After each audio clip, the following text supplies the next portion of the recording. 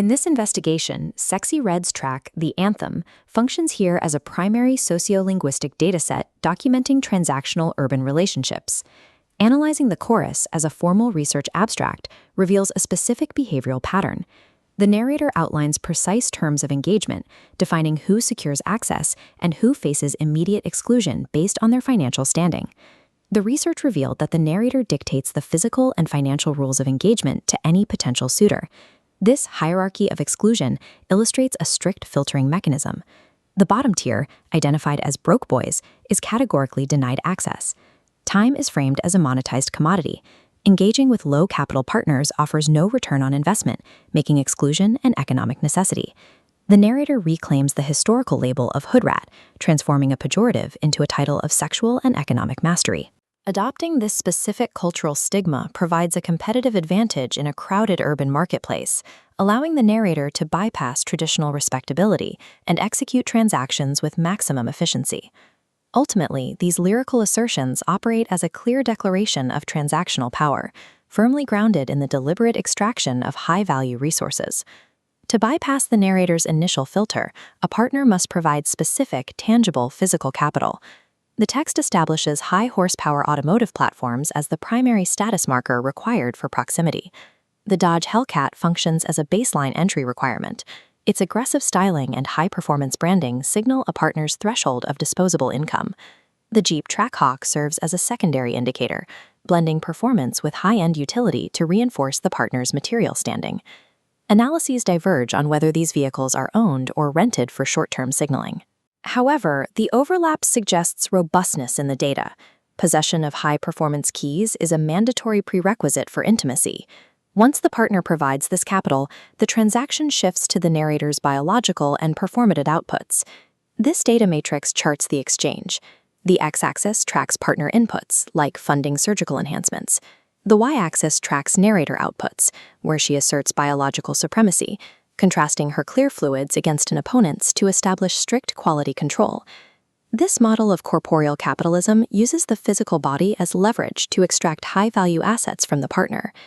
Now let's dive into methodology to understand the socioeconomic drivers behind these transactional behaviors. The hypersexuality documented throughout the text functions as a strategic response to immediate financial pressures. The methodology rests on a single lyrical axiom: "I'm finna shake this ass, as my bills is due." This establishes a direct causal link between physical labor and the satisfaction of economic debts, such as rent and utilities. Maintaining this economy requires high risk tolerance, including the extraction of resources from rival up factions across dangerous territorial lines. The narrator acts as a rational economic agent, responding logically to a hyper-capitalist environment where survival is tied to the constant generation of capital. Executing this methodology involves extreme physical risks and specific environmental hazards. Lethal violence is a normalized backdrop to these transactions, serving as the ultimate arbiter of territorial and social disputes. The Glock 17C functions as a high-value asset, representing the direct intersection of commercial power and lethal capability. References to switches and .30s signify high-tier, fully automatic weaponry, indicating that the narrator operates in a high-stakes security environment. There is also a reliance on chemical dependency to endure the physical and psychological toll of this labor. To achieve the performative standard of a champion, the text cites a reliance on Percocet. The consumption of these pharmaceuticals is integrated into the mechanics of the sexual transaction, acting as a necessary anesthetic for the narrator's work. This methodology demands a staggering tolerance for danger and a commitment to psychological numbing to achieve its financial goals. The analysis shows that this methodology is designed to scale far beyond the local neighborhood. The narrator aligns herself with billionaire entities to validate her transactional logic. She specifically references Kim Kardashian, positioning her own labor as functionally identical to the strategies used by mainstream billionaire icons. This comparison asserts that her methods are a legitimate form of capitalist enterprise, just executed in a different social theater. The text's ambition eventually reaches a geopolitical scale. The narrator explicitly targets the presidency, expressing a desire to access the highest level of political power in the country. This strategy attempts to use sexual capital to bypass traditional socioeconomic hurdles, creating a direct path between the street and the apex of the federal government. The text suggests that there is no theoretical limit to the scaling potential of this transactional model.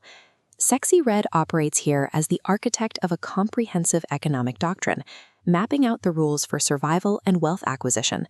The anthem establishes a system of boundaries and protocols for managing bodily and material assets in a high-risk environment. By enforcing these protocols, the narrator navigates a hyper-capitalist landscape to ensure she extracts more value from her environment than it extracts from her.